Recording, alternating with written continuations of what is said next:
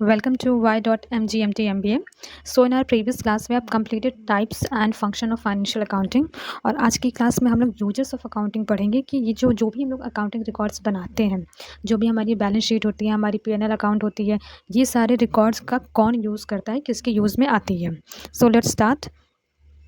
तो यहाँ पे अगर हम देखें तो यूजर्स जो होते हैं, मैं आपको बता दूं कि यूजर्स दो तरीके के यूजर्स होते हैं. एक यूजर्स होते हैं इंटरनल और एक होते हैं एक्सटर्नल यूजर्स.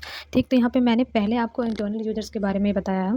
तो यहाँ पे क्या होता है, इंटरनल यूजर्स कौन से होते हैं? इंटरनल यूजर्स वो यूजर्स होते हैं जो हमारी ऑर्गेनाइजेशन के अंदर ही हमारे होते हैं.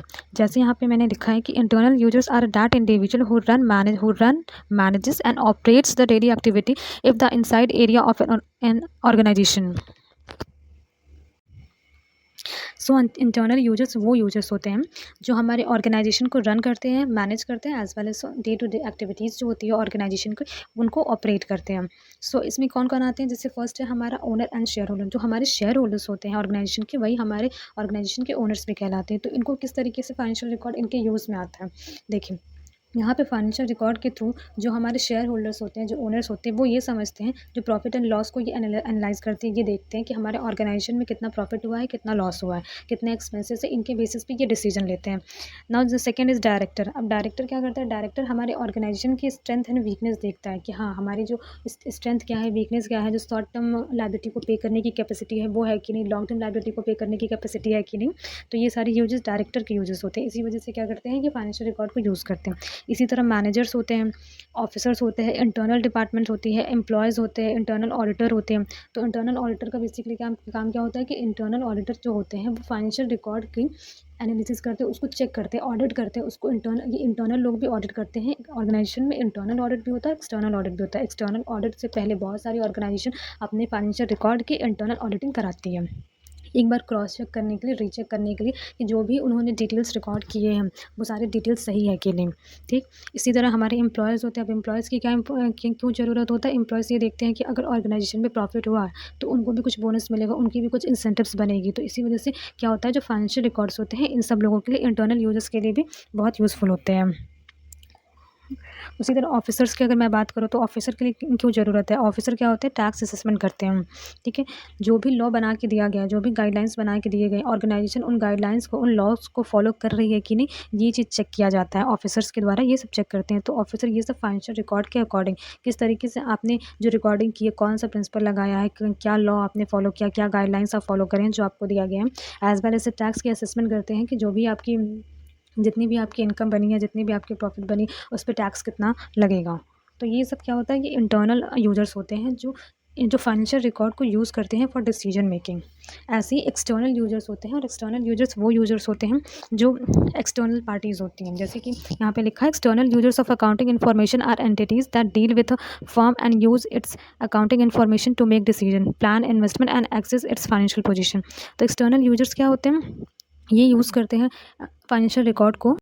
एक्सटर्नल यूजर्स ये अकाउंटिंग के इन्फॉर्मेशंस को यूज़ करते हैं किसके? डिसीजन लेने के लिए, इन्वेस्टमेंट प्लान करने के लिए कि किसी भी ऑर्गेनाइजेशन की अच्छी प्रॉफिटेबल रहेगा, कोई ऑर्गेनाइजेशन उसकी प्रॉफिटेबिलिटी बहुत अच्छी रहेगी, उसकी liquidity as well as solvency position अगर बहुत अच्छी है तो वहाँ पे इन्वेस्टमेंट प्लान किया जा सकता है. उस ऑर्गेनाइजेशन में जो इन्वेस्टर होंगे वो इन्वेस्ट कर सकते हैं. ये सब चीज़ों का जो डिसीजन लेने का होता है, इसी वजह से इनको फाइनेंशियल पोजीशन जानना बहुत ज़रूरी होता है, और फाइनेंशियल पोजीशन ही जानने के लिए फाइनेंशियल रिकॉर्ड्स की यूज़ की जाती है बाय एक्सटर्नल यूज़र. सो यहाँ पे अगर फर्स्ट हम देखें तो क्रेडिटर है. अब क्रेडिटर क्यों यूज़ करते हैं? क्रेडिटर एक एक्सटर्नल यूज़र है, और ये फाइनेंशियल रिकॉर्ड्स को इसलिए यूज़ करते हैं क्योंकि क्रेडिटर वो होते हैं जो रॉ मटेरियल सप्लाई करते हैं किसको? ऑर्गेनाइजेशन को. सो अगर क्रेडिट भी अपने गुड्स को सेल कर रहा है किसी भी ऑर्गेनाइजेशन में, तो उनको ये जानना बहुत ज़रूरी है कि ये ऑर्गेनाइजेशन की solvency as well as liquidity position क्या है, और ये हमारे जो भी क्रेडिट पे ये गुड्स ले रहे हैं, जितने भी क्रेडिट पे, वो टाइम पे कर पाएंगे कि नहीं. तो ये जानने के लिए क्रेडिटर जो होता है लेते हैं, यूज़ करते हैं फाइनेंशियल रिकॉर्ड्स का. Second, investor. अब इन्वेस्टर से आप ये समझ ही रहे होंगे कि इन्वेस्टर यूज़ करते हैं किस लिए? फॉर इन्वेस्टमेंट डिसीजन लेने के लिए. अब थर्ड है गवर्नमेंट। अब गवर्नमेंट क्यों यूज़ करती है फाइनेंशियल रिकॉर्ड को? The financial statement help the government in deciding the taxation and regulation policy based on the way the company is running its operation.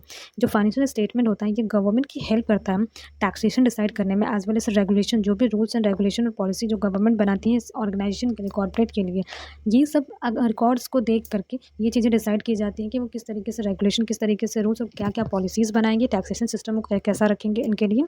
तो ये सारे क्या होते हैं, इस वजह से गवर्नमेंट को फाइनेंशियल रिकॉर्ड्स की यूज़ होती है ये चेक करने के लिए कि हमारी जो ऑर्गेनाइजेशन है वो किस तरीके से ऑपरेट कर रही है।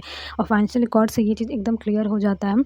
इसी वजह से गवर्नमेंट इनके रिकॉर्ड्स के बेसिस पे अपने डिसीजन लेती है। नेक्स्ट देखिए तो नेक्स्ट है हमारा ट्रेडिंग पार्टनर। अब ट्रेडिंग पार्टनर जाहिर सी बात है कि किसी भी पार्टनर के साथ, किसी भी अलग ऑर्गेनाइजेशन के साथ या फिर किसी एंटिटी के साथ अगर कोई ऑर्गेनाइजेशन टाई अप है और वो उनका पार्टनर है, वो पार्टनरशिप में कोई भी प्रोजेक्ट कर रहे हैं, कोई भी काम कर रहे हैं, तो जाहिर सी बात है कि पार्टनरशिप में कोई भी एंटिटी तब आएगी जब वो चेक करेगी कि हाँ हमारे सामने वाला एंटिटी एक प्रॉफिटेबल ऑर्गेनाइजेशन है, उनकी पोजीशन जो है, एक फाइनेंशियल पोजीशन उनकी बहुत अच्छी है, तभी वो एक दूसरे के साथ कनेक्ट होंगे।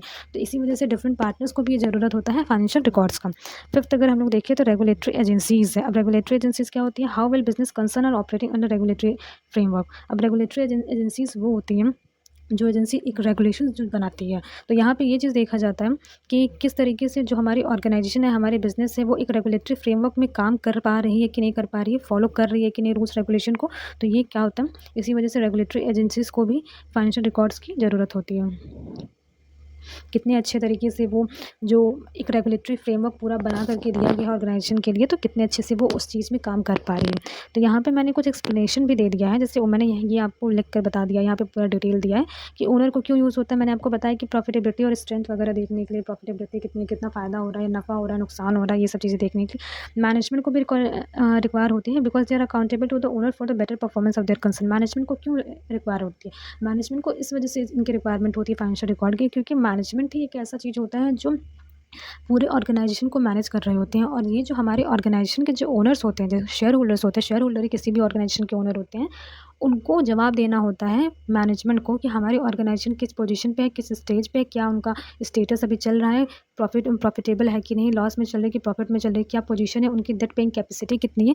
तो ये जितने भी जब अकाउंटेबिलिटी रहती है, ये अकाउंटेबिलिटी अकाउंटेबल कौन होता है ओनर्स को देने के लिए? कौन अकाउंटेबल होता है ओनर्स के लिए? सिर्फ मैनेजर्स होते हैं। इसी वजह से मैनेजमेंट को जो फाइनेंशियल रिकॉर्ड होती है इसकी रिक्वायरमेंट बहुत होती है।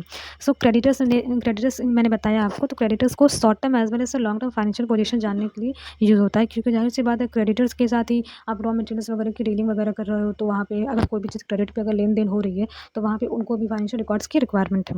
रेगुलेटरी एजेंसीज़ मैंने आपको बताया, ये गवर्नमेंट मैंने आपको बता दिया कि टैक्सेशन के लिए जो भी टैक्सेशन पॉलिसीज़ बनाने के लिए, रेगुलेशन जो भी रूल्स रेगुलेशंस होते हैं ये सब बनाने के लिए, पॉलिसी को पूरा फ्रेम करने के लिए, ये सब चीज़ें वो देखते हैं कि हाँ किसी भी ऑर्गेनाइजेशन में क्या खामियाँ हैं, क्या हम लोग और कर सकते हैं, क्या इम्प्रूव कर सकते हैं, किस तरह की टैक्सेशन पॉलिसी लगानी चाहिए। तो इस वजह से भी गवर्नमेंट को फाइनेंशियल रिकॉर्ड्स की ज़रूरत होती है। अगर हम लोग 6 पॉइंट पे देखें तो 6 पॉइंट क्या है? Potential investor. अब इन्वेस्टर का जाहिर सी बात है कि क्यों ज़रूरत होगा, उसको इन्वेस्टमेंट करना है तो वो पता लगाएगा कि हाँ जिस ऑर्गेनाइजेशन में मैं इन्वेस्ट करने वाला हूँ या वाली हूँ वो उसकी फाइनेंशियल पोजीशन क्या है। तो इसी वजह से इन्वेस्टर्स को रिकॉर्ड्स की ज़रूरत होती है। वैसे एम्प्लॉयज़ देखा, अब एम्प्लॉयज़ मैंने आपको बताया था कि ऑर्गेनाइजेशन में अगर कहीं भी प्रॉफिट हो रहा है तो वहाँ पे एम्प्लॉयज़ को भी चांसेस होते हैं बोनसेस मिलने के, हाइक्स होने के, ये सब अब इनकी सैलरी हाइक्स होने के, ये सब चांसेस होते हैं। सो एम्प्लॉयज़ को भी फाइनेंशियल रिकॉर्ड की ज़रूरत होती है, वो ये सब देखने के लिए। एज वेल एज रिसर्चर्स की भी बात करें तो the research scholars in their research is accounting theory as well as business affair and practice also use accounting data. अब बिजनेस अफेयर्स प्रैक्टिस, अब जाहिर सी बात है कोई भी रिसर्च स्कॉलर है, ठीक है, और अकाउंटिंग थ्योरी पे वो रिसर्च कर रहा है as well as business affairs पे, तो जाहिर सी बात है कि उनको अभी कोई अकाउंटिंग पे अगर रिसर्च कर रहा है, कोई किसी फॉर्म पे अगर रिसर्च कर रहा है, तो जो भी रिसर्च स्कॉलर होंगे उनकी फॉर्म की पूरा डेटा उनको चाहिए ही होगा। जैसे हम भी अगर अपने स्कूल के प्रोजेक्ट में बनाते हैं रिपोर्ट जब हम लोग लिखते हैं तो हमें भी ऑर्गेनाइजेशन की पूरी डिटेल चाहिए होती है, उनका पूरा फाइनेंशियल रिकॉर्ड चाहिए होता है। सो यहाँ पे मैंने आपको यूजर्स ऑफ अकाउंट्स मैंने कवर करा दिया, यूजर ऑफ अकाउंटिंग कौन कौन हमारे यूजर्स होते हैं, हमारे अकाउंटिंग रिकॉर्ड्स को कौन कौन लोग यूज़ करते हैं। तो यहाँ पे बेसिकली 2 तरह के यूजर्स होते हैं, एक इंटरनल यूजर होते हैं और एक एक्सटर्नल यूजर होते हैं। इंटरनल यूजर जो हमारे ऑर्गेनाइजेशन को मैनेज करते हैं, ऑपरेट करते हैं, वो ऑर्गेनाइजेशन के अंदर के ही लोग होते हैं। और एक्सटर्नल यूजर्स वो यूजर्स होते हैं जो हमारे ऑर्गेनाइजेशन के बाहर के लोग होते हैं, लेकिन इनडायरेक्टली और डायरेक्टली कहीं ना कहीं हम उनसे लिंक करते हैं, कहीं ना कहीं हमारा उनसे लिंक होता है। सो मैंने आज आपको ये कवर करा दिया। Thank you for giving your time and please like share and subscribe. Thank you.